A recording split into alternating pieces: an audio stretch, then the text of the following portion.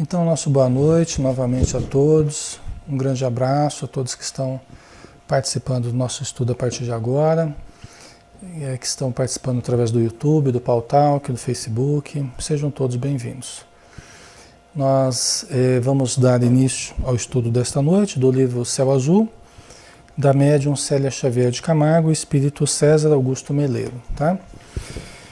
Nós vamos pegar o capítulo 8, a história de Eusébio, tá?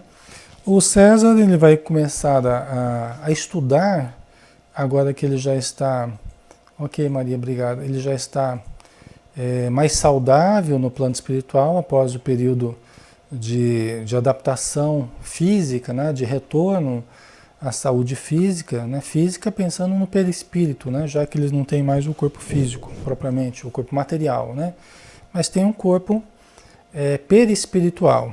Então os espíritos, quando chegam da Terra, frequentemente precisam, nos hospitais onde eles permanecem, precisam recuperar a saúde. Após esse período ele foi pedido então que pudesse ser aproveitado em alguma atividade útil.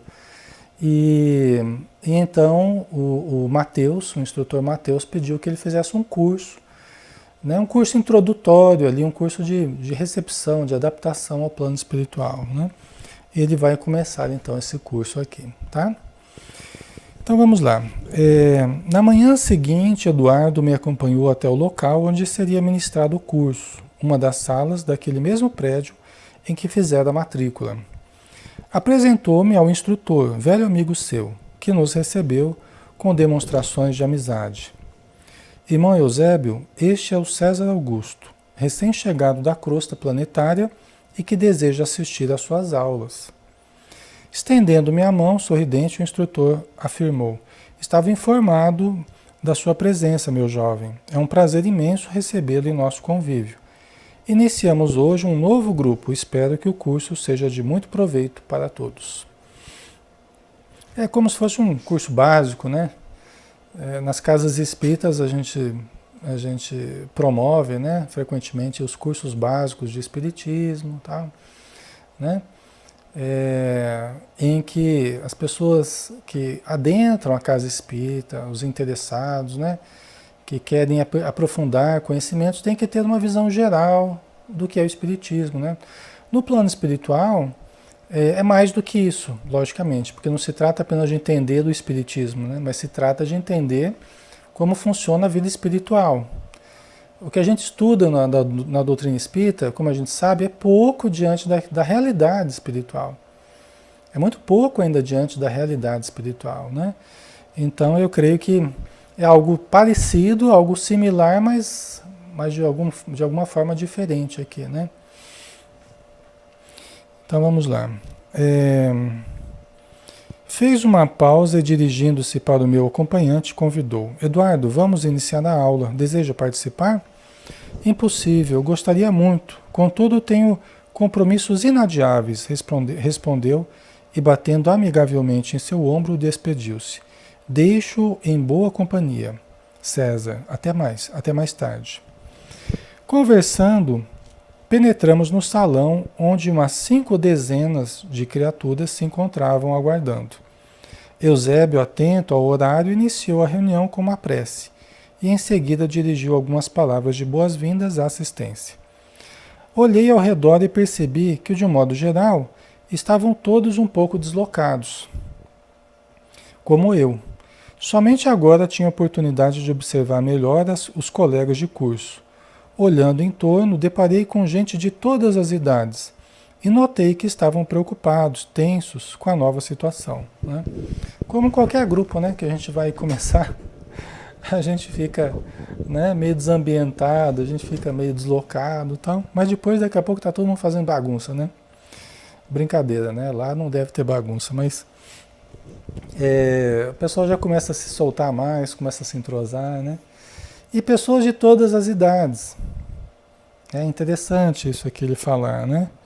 Pessoas de todas as idades, porque chegam ao plano espiritual grupos de pessoas que desencarnam o tempo todo, assim como renascem o tempo todo pessoas aqui, né? E eles têm que passar por esse processo de reaprendizagem, né? Quando a gente renasce aqui, a gente tem que passar pela infância, né? Lá nós não temos que passar pela infância.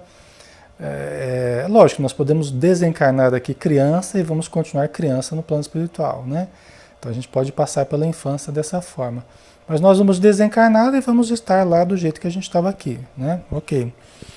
Só que lá então, esse grupo, né, com pessoas de várias idades, né? Nesse exato momento, o instrutor falava sobre a necessidade de nos conhecermos melhor, uma vez que durante algum tempo conviveríamos mais intimamente uns com os outros. Para isso, a primeira aula reservo sempre para um relacionamento entre os participantes, o qual, além de permitir maior integração do grupo, dará a todos excelentes subsídios sobre as vivências de cada um, com proveitoso aprendizado. A partir de agora, estejam à vontade, conversem, troquem ideias e experiências, né? Quer dizer, eles passariam a conversar agora para um conhecer o outro e saber como é que chegou ao plano espiritual, o que aconteceu, né? A experiência de cada um, né? Para que eles se entrosem melhor. Descendo do tablado, Eusébio encaminhou-se para o meio da assistência. Iniciou ele mesmo o diálogo com algumas pessoas, deixando todos à vontade. Logo conversávamos animadamente, fazendo novas amizades e obtendo preciosas informações. Quando terminou o horário, ficamos surpresos. As horas passaram muito rápido e nem percebemos que havíamos gasto 3 horas a falar e a ouvir, né? Ainda mais a gente que gosta de falar, né? Já pensou?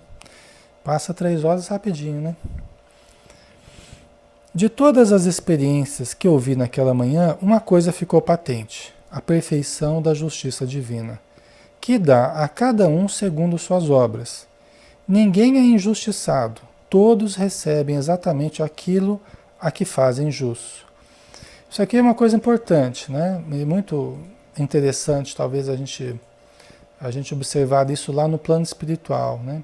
Aqui na Terra, é óbvio que acontece assim também. Cada um recebe aqui na Terra conforme o que merece, conforme o que fez por merecer, né? Conforme o que semeou. Não existe erro na justiça divina. Nós muitas vezes nos revoltamos, muitas vezes nos rebelamos, né? Ficamos chateados, desanimados, tristes, por não entendermos onde está se processando a justiça, né? De que forma que está se processando a justiça nas nossas vidas. Mas uma coisa a gente pode estar certo, que nós estamos tendo aquilo que nós precisamos, aquilo que nós fizemos por merecer e aquilo que nós necessitamos ao longo das encarnações. No plano espiritual, nós também teremos de acordo com as nossas obras, né? Aqui na Terra a gente se vitimiza muito, a gente se faz de coitadinho, a gente, né, fica cultivando autocompaixão por não enxergarmos muitas vezes as nossas outras encarnações e não entendemos como essa se liga às demais. E aí nós nos sentimos prejudicados, né, injustiçados. Por que o outro está indo bem e eu não estou indo bem? Por que o outro está com saúde, eu estou com doença, né? Então a gente fica muitas vezes elaborando essa auto-vitimização aí, né? Que só nos faz mal, né? Mas aqui uma coisa que ele percebeu a princípio é que não existe, ninguém é injustiçado, né? Ninguém é injustiçado. Todo mundo recebe exatamente aquilo a que fez jus, né? A partir daquele dia, nos reuníamos todas as manhãs para estudar assuntos de grande relevância na nova vida, como a importância das vibrações, a força do pensamento, como fonte criadora, a necessidade do equilíbrio mental, a saúde integral, o livre-arbítrio, a lei de ação e reação, a reencarnação, os relacionamentos familiares, o amor e o sexo, entre outros, né? Então são todos temas válidos aqui para a matéria e válidos também para o plano espiritual, né? Válidos tanto para cá quanto para lá, né? Então tudo isso é muito importante. Por isso que estudar o Espiritismo é tão importante. Porque o Espiritismo ele traz questões que são questões de valor incontestável para a vida eterna. É diferente de nós estudarmos apenas uma matéria na faculdade, por exemplo, alguma coisa relacionada à vida material apenas. Nós temos situações, estudamos questões que dizem respeito ao espírito imortal. São conceitos, né? São pensamentos, são situações que têm sabor de eternidade, né? Que nós necessitamos.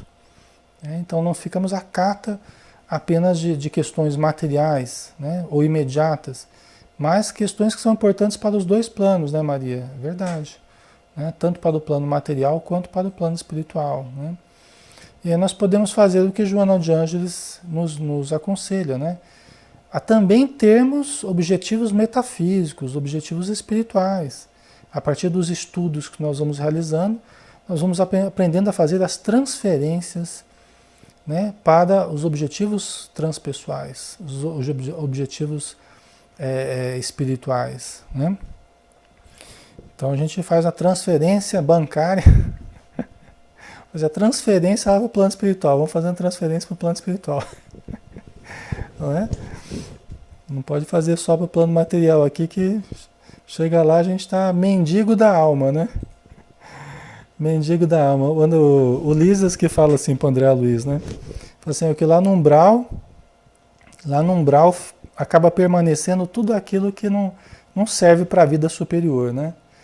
Lá a gente encontra os milionários das sensações físicas, convertidos em mendigos da alma. Os milionários das sensações físicas convertidos em mendigos da alma, lá no umbral, né? Na zona limite lá. Então, nós temos que aprender a fazer essas transferências de objetivos para... podemos ter objetivos materiais também, mas lembrarmos de tê-los espirituais, que é o objetivo maior. Tudo na nossa vida vai mudar, nosso corpo, família, posses, tudo vai mudar. O que não vai mudar é a nossa realidade espiritual, né? A destinação final, a necessidade de planificação, de evolução, de expansão do nosso ser. Né? Isso não vai mudar nunca. Isso é uma coisa contínua, né? Que vai permanecer. Né? Então nós temos que trocar o permanente pelo impermanente. Né? Ou melhor, né? A gente tem que trocar o impermanente pelo permanente, aquilo que vai permanecer, né? Acabei trocando, né? Tem coisas que não vão permanecer, né? E tem coisas que vão permanecer. Nós temos que cuidar daquilo, principalmente do que vai permanecer, né? E darmos uma importância menor para aquilo que é impermanente, né? Então vamos continuar aqui, né? Tá. Bom, aos poucos a gente ia se modificando, adquirindo uma outra visão mais ampla e consciente a respeito das pessoas, das coisas e dos fatos. Passamos todos a compreender melhor o problema do próximo, a necessidade do perdão e a importância de não guardarmos mágoas ou ressentimentos, né? É fundamental para que a gente possa avançar, né? Não guardarmos mágoas e ressentimentos, né? Porque isso seria nos fixarmos no mal, seria nos congelarmos no tempo e no espaço, né? Conservando mágoas e ressentimentos. A importância de utilizarmos do perdão que nos liberta. Liberta as pessoas e liberta a gente também, né? A imortalidade da alma era novidade para muitos colegas que ali estavam, né? Visto terem passado a existência terrena completamente desligados de qualquer ideia religiosa. Já pensou, né?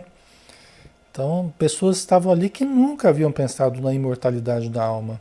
Não obstante, ali estão, imortais que são, podendo estudar. Olha a misericórdia divina, né? Se manifestando todos os dias da nossa vida, né? A comunicabilidade entre os dois mundos, então, causou perplexidade em muitos, né? Ou seja, a comunicação entre os dois mundos causou perplexidade em muitas pessoas, né? Deve ser engraçado até, né? A gente estar numa turma assim, com pessoas lá no plano espiritual, né? Com pessoas que não conheciam nada, né? Da comunicação, da imortalidade, né? Tânia, exatamente. Lá estavam, né? É verdade. Às vezes tem espírito, né? Tem espírito na reunião mediúnica, né, que a gente tem contato com os espíritos. Às vezes a gente cansa de conversar com o espírito que não sabe que desencarnou, né? Outros que vêm falar pra gente parar com esse negócio de conversar com os espíritos, que não existe espírito. Ora, mas a gente está conversando com o próprio, né? A gente está conversando com o próprio espírito e ele vem falar pra gente parar de tentar conversar com os espíritos, porque os espíritos não existem, né? Então tem de tudo nesse mundo, né, pessoal? Tem de todos os caracteres, né? Os biótipos mais diferentes que a gente possa imaginar. A gente passa espiritualmente por situações muito interessantes, né? A gente atende espíritos que estão com medo de morrer. Nas reuniões mediúnicas, a gente atende muito espírito com medo de morrer. Só que a gente não pode, às vezes, nem falar que ele já morreu, senão ele morre de novo, né? Brincadeira, né? Mas tem muitos casos que a gente não pode nem falar para a pessoa que ela morreu. Que ela já morreu. Ele está com medo de morrer. Se eu falar que ela morreu, então aí vai ter um troço ali e vai morrer de novo, né? Isso não vai acontecer, mas muitas vezes a gente não fala porque o espírito não está preparado para essa verdade ainda, não está preparado para essa realidade.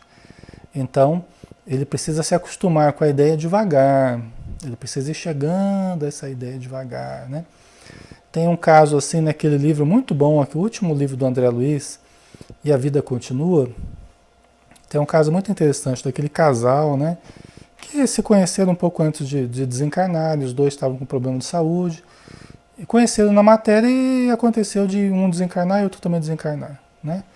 E aí eles se encontraram no plano espiritual, estavam no mesmo lugar lá, na mesma colônia lá no plano espiritual, tal, e se tratando, recuperando a saúde. Então eles estavam lá na hidroterapia, você vê? Lá no plano espiritual, estava lá na hidroterapia, na piscina de hidroterapia. Olha que beleza! Pensou a gente fazer hidroterapia no plano espiritual? Beleza, né? Maravilha, né? Aí eles estavam assim, com alguns dias, algum tempo lá já, se recuperando, né? O casal lá. E eles eram só amigos aqui na Terra, né? E lá estavam como amigos também. E aí um conversando com o outro assim, olha, eu ouvi dizer, conversando perto do ouvido, ó, ouvi dizer que talvez a gente não esteja mais na matéria. Como quem contasse um segredo para o outro, assim, olha, não sei não, mas eu ouvi falar que a gente não estaria mais na matéria. A gente não estaria. Ah, mas você tem certeza? Não sei não, tal. Aquela história, né? Mas é assim que acontece, né? Tem muitas pessoas que vão, só a pouco e pouco que elas vão identificando a situação delas, né? Não é fácil. Até porque a maioria não era espírita, a maioria não tinha informações mais profundas sobre o espiritismo, então a maioria não pensava em termos de comunicação entre os dois planos, imortalidade, né? Então é assim mesmo que acontece, né? Ok, vamos lá. Uma senhora baixinha e muito branca, de olhos arregalados e cabelos ralos, não se conteve e asseverou: sempre fui muito religiosa e participante, mas o padre afirmava que as almas não podiam voltar à Terra, que era tudo superstição. Né? A senhora falando, que o padre falava para ela que as almas não podiam voltar à Terra. Né? As almas não podiam voltar à Terra e se comunicar, né? Que era tudo superstição. Até Jesus voltou, né? Jesus voltou no Monte Tabor, na transfiguração do Monte Tabor, Jesus se transfigurou e apareceu do lado dele Moisés e do outro lado Elias, na frente de João, Tiago e Pedro, né? Então é um fenômeno que esses seres voltaram, né? Voltaram ali para dar o testemunho deles da imortalidade, né? Eusébio esclareceu com serenidade e firmeza. Sim, minha irmã. Contudo, não podemos jogar a responsabilidade apenas sobre as outras pessoas. É questão de busca pessoal. Na verdade, Romilda, as coisas teriam sido diferentes se você tivesse se preocupado em buscar informações.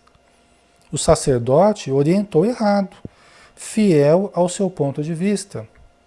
Porém, os fatos da vida indicavam essa realidade que você teimou em não ver. Em todos os lugares, em todos os lares, a presença da espiritualidade se fazia patente, através dos fenômenos mediúnicos.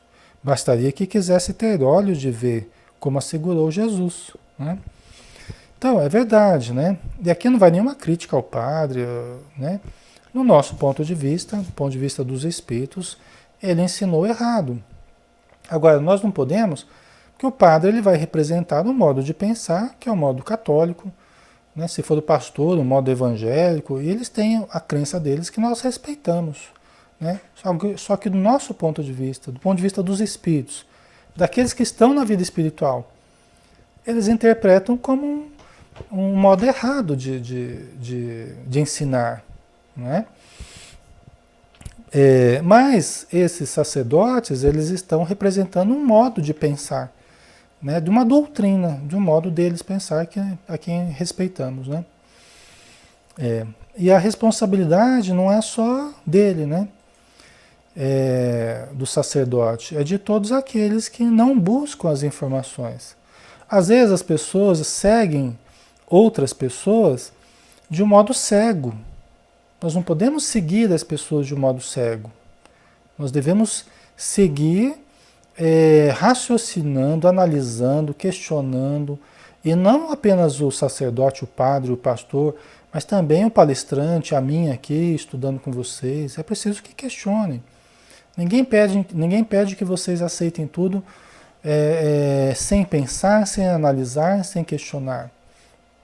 Aliás, se nós fizermos isso, não está havendo propriamente um movimento de pensamento, do pensar, como Joana de Ângeles nos chama a atenção, né?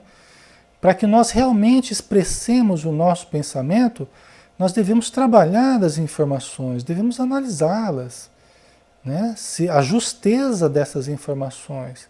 Senão nós estamos apenas reproduzindo um discurso que nós nem bem sabemos se é verdadeiro ou não, né?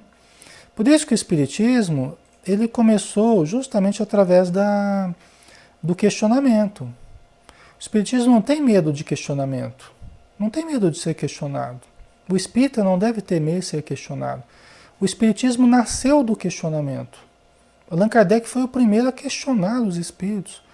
E está lá 1019 questões que Allan Kardec fez e os espíritos responderam.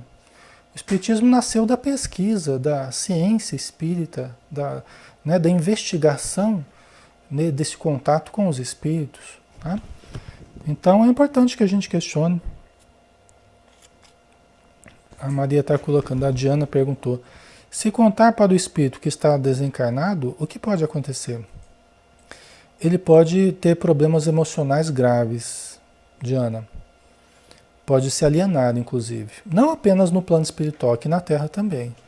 Você fala determinadas verdades para alguém, a pessoa pode não estar preparada para determinadas verdades. Tá? E ela pode ter um choque tão grande com determinadas verdades que ela até se aliena. Então, no plano espiritual não tem mais o corpo físico, mas continua sendo uma psicologia, um psiquismo delicado, assim como na Terra, né? Então nós temos que tratar com cuidado. Geralmente, quando é alguém que está apenas sofrendo, às vezes um espírito acidentado, está lá cheio de dor, tudo arrebentado lá, ele está sentindo dessa forma, está desesperado, pedindo ajuda e tal. Aí eu vou chegar para ele e vou falar assim, meu irmão, não tem nada dessa dor não, você já desencarnou, você não tem mais corpo físico. Judiação, né? Não tem sentido fazer isso. Já pensou? Ele já está lá cheio de problemas, cheio de dores, e são reais para ele. E são reais de fato. Porque quem sente é o espírito, não é o corpo que sente, é o espírito. Então não é porque não tem um corpo físico mais que não sente. Quem sente é o espírito. Tá? Então, o que eu faço? Primeiro eu resolvo o problema do espírito. Qual que é o primeiro problema que ele tem? Ele precisa de ajuda. Ele precisa de hospital, de médico, de remédio, tratamento, de alívio. É isso que ele precisa. Ele não precisa da informação que ele desencarnou. Essa informação ela vai vir inconveniente para ele nesse momento. Vocês entendem? É profundamente inconveniente nesse momento. Tá? Ele não vai deixar de ter dor porque eu falei para ele que ele desencarnou já. Além da dor, ele ainda vai ter o pânico diante da situação, o medo terrível, entendeu? Então eu vou aumentar os problemas dele ao invés de diminuir. Então a primeira coisa, aqui vai até uma dica para os doutrinadores, hein? Primeira coisa que a gente faz, resolve o problema do espírito. Sem sermão, porque o espírito não está precisando de sermão, ele está precisando de encaminhamento. Né? Seja objetivo, ajude primeiro, ouça o que o espírito está dizendo. Ouça. Tem muita gente que começa a fazer doutrinação já falando, meu irmão, você tem que mudar, você tem... Ouça qual é o problema que ele traz. Ouça, para você saber e falar com propriedade. Né? Você ouviu qual é o problema dele? Então vamos tentar solucionar o problema dele. Ah, eu estou aqui num buraco, eu estou aqui num buraco, eu estou num buraco. Às vezes está lá, morreu, caiu num buraco lá, morreu e ficou. Num poço lá. Aí você vai falar, meu irmão, não é nada não, você já desencarnou. Não tem sentido isso. Né? Vamos tirar ele do buraco, em primeiro lugar, vamos tirar ele do buraco. Aí depois, né, se for o caso, você dá uma outra informação, mas geralmente esses casos de socorro, assim, nenhuma vez eu falo que a pessoa desencarnou. Né? É mais quando eu percebo que ele foi levado lá para ter essa informação. Porque tem muitos que estão impermeáveis à ajuda espiritual, que estão dando trabalho no plano espiritual, então eles são levados para a reunião mediúnica para receberem um choque anímico, para entrar em contato com o corpo físico de novo e terem a informação de que já desencarnaram. Aí sim, aí a gente tem que perceber se é essa a necessidade, né? Aí a gente realmente ajuda para que ele tenha essa informação com todo o tato, com todo o cuidado, né? Certo? Ok. Muito bem. Então vamos lá, vamos continuar. O nosso objetivo aqui não é propriamente falar sobre reunião mediúnica, né? A gente vai passar por esses assuntos de raspão. Vai ter até momento no livro que a gente vai falar, mas não agora, né? Então, continuando aqui. Então, isso da espiritualidade, qualquer um, tendo boa vontade, né? Tendo boa vontade, tendo isenção de ânimo, né? Vai perceber, através dos inúmeros fenômenos que têm ocorrido, né? Que a mídia tem demonstrado, aparece na internet, aparece em todo lugar, pessoas recebendo livros, pessoas vendo espíritos, pessoas conversando com espíritos. Isso aí, né? A população está cheia de fenômenos assim. Às vezes até dentro das nossas casas, né? Então a gente tem que ter essa boa vontade de buscar informações, né? A dama em questão baixou a fronte concordando. Sim, irmão Eusébio, tem razão. Dentro da minha própria casa tive um exemplo disso. Meu filho, desde a infância, via almas do outro mundo, entre aspas aqui, né? E quando ele contava, eu não acreditava, acusando-o de estar inventando tudo, né? Você vê que coisa? Você vê que ela mesma, na casa dela, tinha um filho dela que via os espíritos. Você vê que Deus colocou na casa dela ali para demonstrar. E às vezes a pessoa fica cega ainda a essa demonstração, né? Quantas pessoas veem espíritos e os familiares acham simplesmente, preferem achar que a pessoa está louca. Né? Muitas vezes eles preferem achar que a pessoa está louca. E continuam com seus pensamentos religiosos, né? De preconceito com relação à questão espiritual. Quantas vezes em posto de saúde, quando eu atendi em posto de saúde, né? Atendia crianças e tal. Quantas e quantas vezes, né? As crianças, muitas viam espíritos, né? Uma vez eu atendi uma menina, acho que de uns 10 anos, se eu não me engano, e ela veio falando assim, a queixa, né, que veio para mim e tal, é que ela estava tendo umas visões diferentes lá, né? E aí fui conversar com ela, falou, eu vejo pessoas, quando a gente vai comer em casa, eu vejo pessoas subindo na mesa, pessoas todas sujas, falando palavrão, fazendo bagunça na hora da refeição e tal. E aí eu falei, eu também vejo, falei pra ela, né? Acho que ela deve ter pensado, eu falei assim pra ter uma empatia com ela, né? Aí acho que ela devia pensar assim, nossa, achei alguém mais louco que eu, né? Mas eu vejo, não com os olhos abertos, mentalmente já vi várias vezes, né? No contexto das reuniões mediúnicas, visões até que se confirmaram, né? Mas ela via com os olhos abertos, ela via, né? Completamente assim, claro a visão, né? E aí eu sei que eu conversei com ela alguns dias, acho que foi uns 2, 3 dias que eu conversei com ela, talvez um pouquinho mais, não me lembro direito, faz tempo. E aí ela falou assim, né? Chegou um dia que eu perguntei para ela se ela estava vendo ainda. Ela falou assim, olha, eu tô vendo ainda, só que agora eu só vejo gente de branco. Eu falei, beleza, né? Já melhorou a sintonia. Já melhorou a sintonia aí, né? Mas você vê que é normal isso, a criançada vê mesmo, tá? Não apenas crianças, adultos também, né? E às vezes a pessoa não... Tem gente que confunde até encarnado com desencarnado. A pessoa confunde. Outro dia um amigo me falou uma coisa surpreendente, né? Uma pessoa falou assim, olha, eu estava num bar, não, eu estava passando na rua, aí um amigo lá dentro do bar falou, vem cá, vamos tomar uma aqui, isso aqui. Ele estava evitando de tomar, porque ele precisa parar de beber e tal. E aí esse amigo chamou ele, então, traz aqui um uísque, que eu sei que ele gosta. Aqui. Aí o cara colocou uma dose lá, ele pediu para colocar bastante gelo, para diluir e tal. E aí diz que tinha um senhor taxista do lado dele, tinha um outro senhor, e esse outro senhor começou a conversar com ele. E começou a falar de eletricidade, deu uma aula de eletricidade para ele. Deu uma aula de eletricidade, sabia tudo de eletricidade. Falou desde as cavernas, como é que era, não sei o que, né?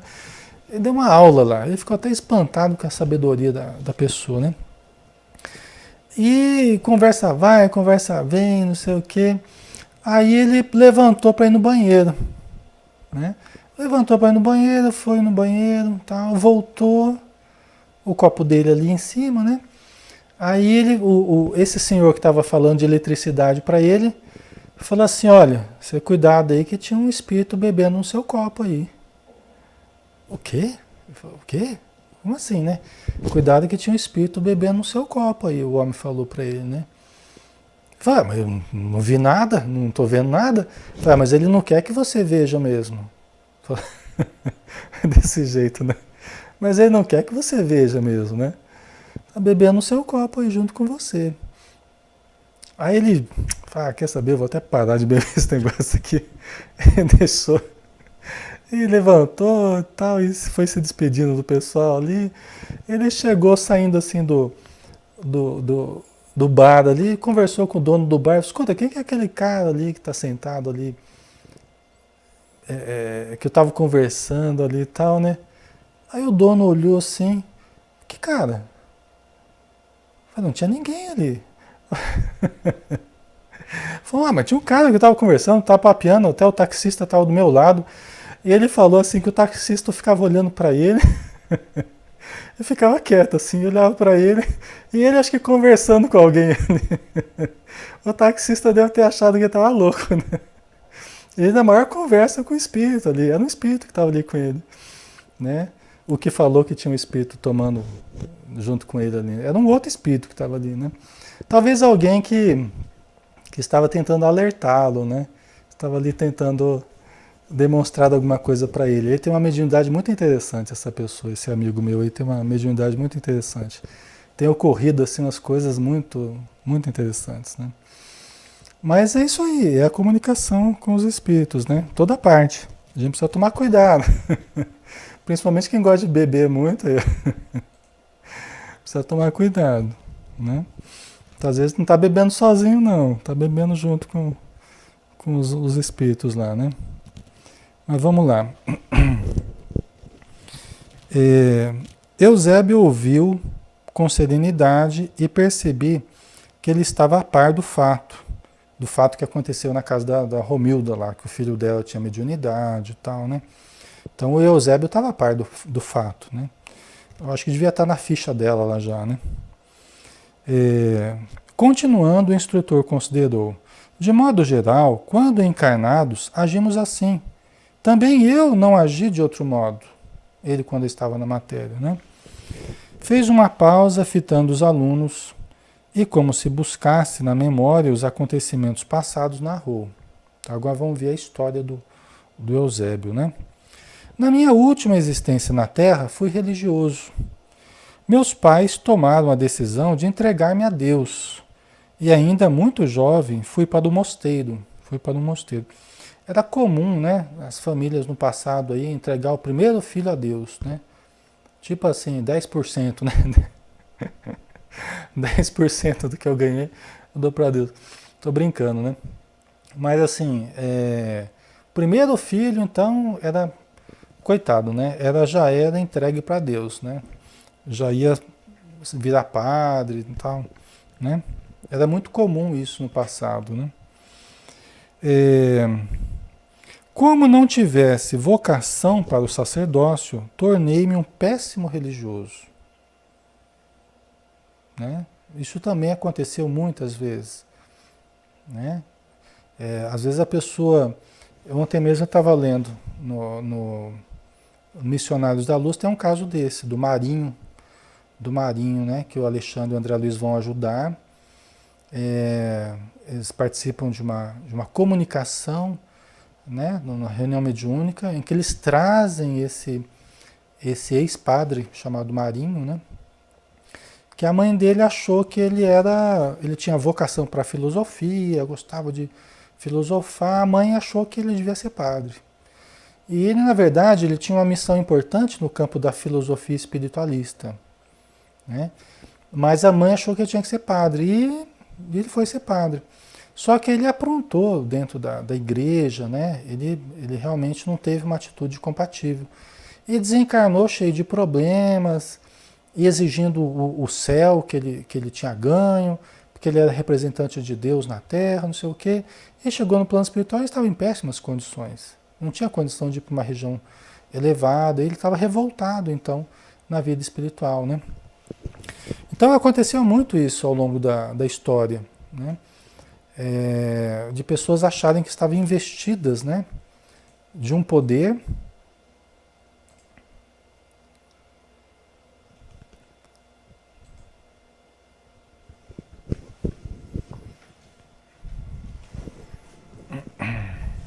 Espera só um instantinho que eu acho que a conexão caiu, um momentinho só.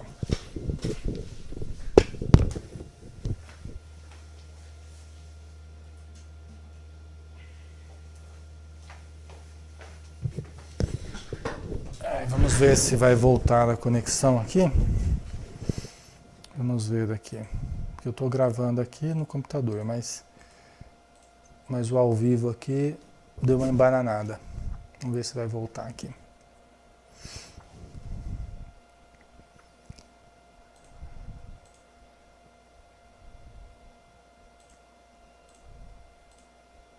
Vamos ver se volta aqui para a gente continuar. Acho que vai voltar. Vamos ver, vamos ver.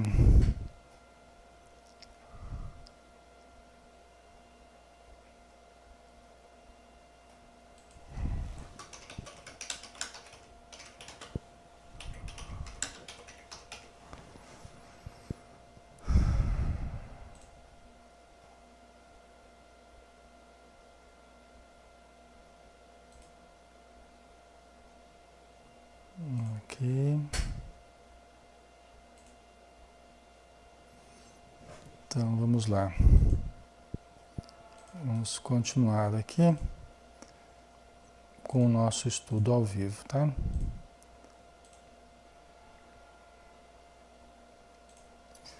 Muito bem, pessoal. Vamos continuar com o estudo, né, do livro Céu Azul.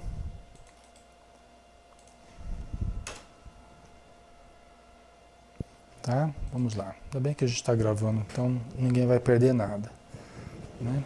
Mas vamos continuar aqui. Estamos no capítulo 8. Tá? É a história do Eusébio, né? Então ele falava que ele na última existência havia sido religioso, tal, e os pais tomaram a decisão de entregar a Deus, né? Muito jovem fui para um mosteiro. Como não tivesse vocação para o sacerdócio, tornei-me um péssimo religioso, né? Ele não tinha vocação para ser um religioso, né? Ele acabou sendo um péssimo religioso. Deixa eu só ver uma coisinha aqui.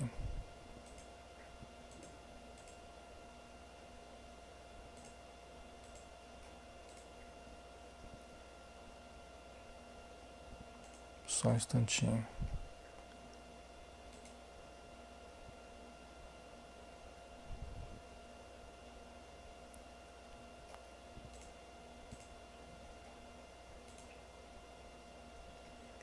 O negócio é continuar aqui mesmo, né? Então vamos lá. A mensagem de Jesus estava apenas na boca, não no meu coração. Galguei altos postos dentro da igreja, utilizando-me da política e da bajulação. Quando desencarnei, após quase 40 anos de sacerdócio, não compreendi a situação com que me deparei. Exigia o céu a que tinha direito, segundo acreditava, após toda uma vida dedicada à religião e às minhas ovelhas. Né? Quer dizer que ele foi um péssimo religioso, né? Galgou altos postos dentro da igreja, usando da política e da bajulação, né? E quando ele desencarnou, após 40 anos de sacerdócio, não compreendia a situação com que ele se deparou, né? Ele exigia o céu a que tinha direito, segundo acreditava. Né? Por quê? Porque como o padre, né, é tido como o representante de Deus na Terra, investido de todos os poderes sacramentais e tal, a pessoa acaba acreditando nisso mesmo, pessoal. Acaba acreditando. Né? Nós todos somos representantes de Deus na Terra. Né? Se a gente for pensar assim, nós todos somos. Né? A Reforma Protestante, ela teve como uma das maiores características, um dos pontos mais importantes, a de que nós não precisamos de intermediários entre nós e Deus. Esse foi um dos pontos mais importantes da Reforma Protestante, né? Luterana e tal. Por quê? Porque existe uma ligação direta entre a criatura e o Criador. Muita gente morreu na fogueira por causa desse pensamento. Né? Os protestantes sofreram barbaridade até hoje. Existem lutas aí, católicos e protestantes em algumas regiões do planeta, né? E desde a época da Reforma. Né? Então, por quê? Porque a igreja se transformou muito nesse intermediário, quis muito fazer essa intermediação. Né? E enriqueceu à custa das doações e também de ações ilícitas ao longo do tempo, né? Se colocando como a detentora desse poder de Deus na Terra. E ainda se considera dessa forma. E nós temos todo o respeito, né, pelos sacerdotes, pela igreja, pela instituição, mas historicamente isso ocorreu, isso está dentro dos fatos históricos. Né? Não sou eu que estou falando, o Eusébio aqui. Ele mesmo era um padre. Nós já conversamos com inúmeros padres nas reuniões mediúnicas. Muitos padres em situação de sofrimento no plano espiritual. E eram os mesmos que ensinavam as pessoas que não existe esse negócio de comunicação, que o espírito não volta, que não tem reencarnação e tal. Né? Então, o Eusébio ele tinha esse modo de pensar também. Né? Ele chegou no plano espiritual procurando o céu a que ele tinha direito.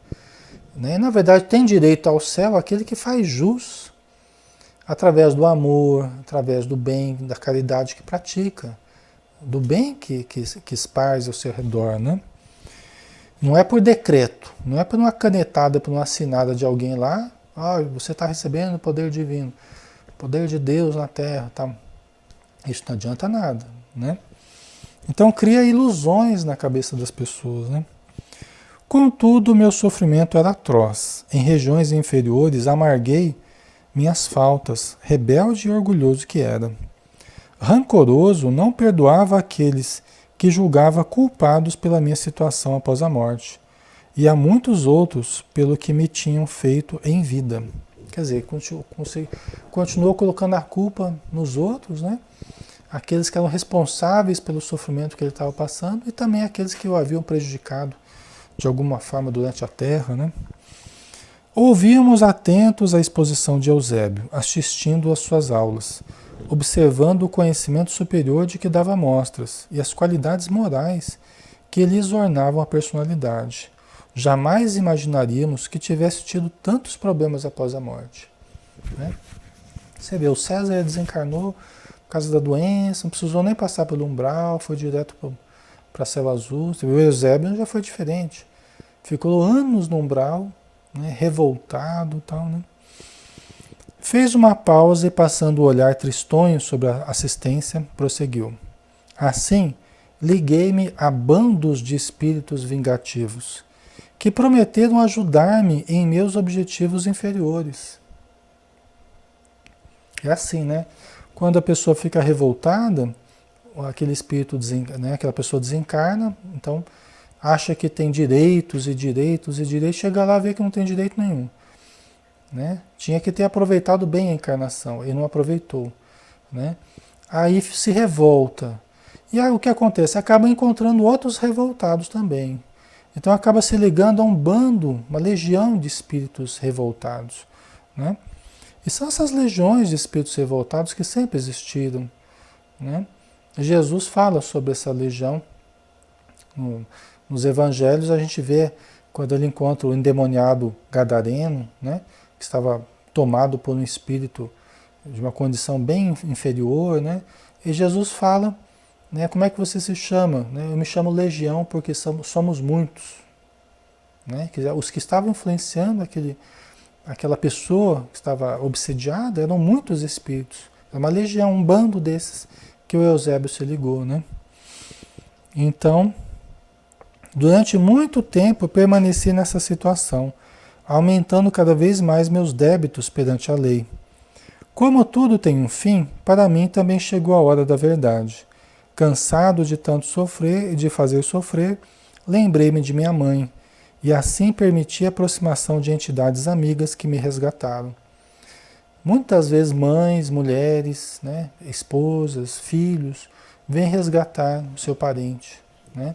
O inverso também, às vezes o marido vem resgatar a esposa que está ali muito necessitada no umbral, né? Depende de quem que está em melhor condição, né? E ele começou a lembrar da mãe dele e permitiu a aproximação de entidades amigas, né? Com isso, perdi mais de um século.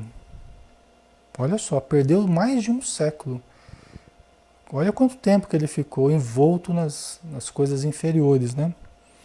Desde que fui resgatado há 50 anos, procuro aprender e luto para vencer minhas imperfeições. Sei, contudo, que tenho um longo caminho a percorrer e que aqueles que prejudiquei no passado aguardam uma reparação. Né? Quer dizer que ele já faz 50 anos que ele foi auxiliado, mas ele está se preparando ainda, né? Está trabalhando, lutando para vencer as imperfeições dele, né? E ele vai ter que voltar para resgatar, para ajudar as pessoas a quem ele prejudicou. Porque enquanto ele se ligou a esse bando de espíritos, ele fez muito mal, acaba criando muitos débitos. Já trouxe da Terra muitos débitos. Aí, no plano espiritual, criou mais débito ainda. Né? Fazendo nova pausa, concluiu. Poderia dizer que desconhecia a mensagem de Jesus? Não. De modo nenhum, de modo algum. Nem tampouco a ideia da imortalidade da alma e da comunicabilidade entre os dois mundos. Você vê, ele depois no plano espiritual, ele conhecia a imortalidade da alma e a comunicação com os encarnados, os espíritos com os encarnados. Os obsessores sabem disso, se utilizam disso. Às vezes vão às reuniões mediúnicas, conversam conosco, eles sabem disso. Lutam contra as reuniões mediúnicas, contra as casas espíritas. Ele podia alegar que não conhecia Jesus? Não podia. Ele era um sacerdote de Jesus aqui na Terra, era um padre. No plano espiritual, podia alegar que não conhecia a comunicação entre a matéria e o espírito? Não podia. A reencarnação também não podia, né? Apesar disso, vivi como se desconhecesse essas realidades. Como consequência, uma grande surpresa me aguardava do outro lado da vida. Culpei a todos, menos a mim mesmo, inconsciente da responsabilidade perante os próprios atos. Então, às vezes a gente não se sente confortável aceitando o resultado dos nossos atos, a gente começa a culpar os outros, começa a projetar sobre os outros, né? Quando a gente está muito colocando a culpa em todo mundo, tudo que acontece a gente coloca a culpa em todo mundo, é hora da gente parar e analisar. Será que realmente todo mundo é culpado por tudo que acontece comigo? Ou eu sou o responsável pela minha vida, né? Confiante em Deus, que é Pai de amor e bondade, aguardo nova oportunidade para resgatar meus erros. Sei, porém, que não terei facilidades. Aí a pessoa reencarna, muitas vezes uma situação difícil, em vários aspectos, às vezes financeiro, físico, né, orgânico, familiar, às vezes num contexto difícil, uma região difícil, no meio de pessoas difíceis. E a gente não pode nem dizer que a pessoa é uma coitadinha. Por quê? Porque tudo é perfeito. A gente estava falando antes aqui, a justiça divina é perfeita, né? Então não existe erro. Ninguém vai cair num certo local, com certa família à toa, ou sem uma razão de ser. Sempre há uma razão, sempre há uma justiça por detrás disso, né? Com essas palavras, o instrutor encerrou a aula.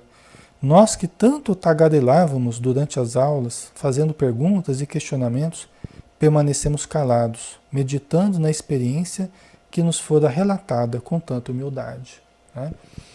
Então deve ter sido algo bem diferente, né? Ainda mais para as pessoas que não conheciam a respeito da comunicação com os espíritos, né? As pessoas que não conheciam a respeito dessas leis que nós temos estudado na doutrina espírita, né? Por isso que é importante aproveitarmos, lermos o livro dos Espíritos, lermos e meditarmos sobre ele, o Evangelho segundo o Espiritismo, toda a obra de André Luiz, todos os livros aí que a doutrina espírita nos concede, né? Que é um verdadeiro patrimônio de luz que nós temos e nós temos que aproveitar, tá bom? Então fica aí a reflexão para nós também aproveitarmos, né, com as nossas famílias, com a nossa mediunidade, né? Semana que vem a gente continua, tá bom?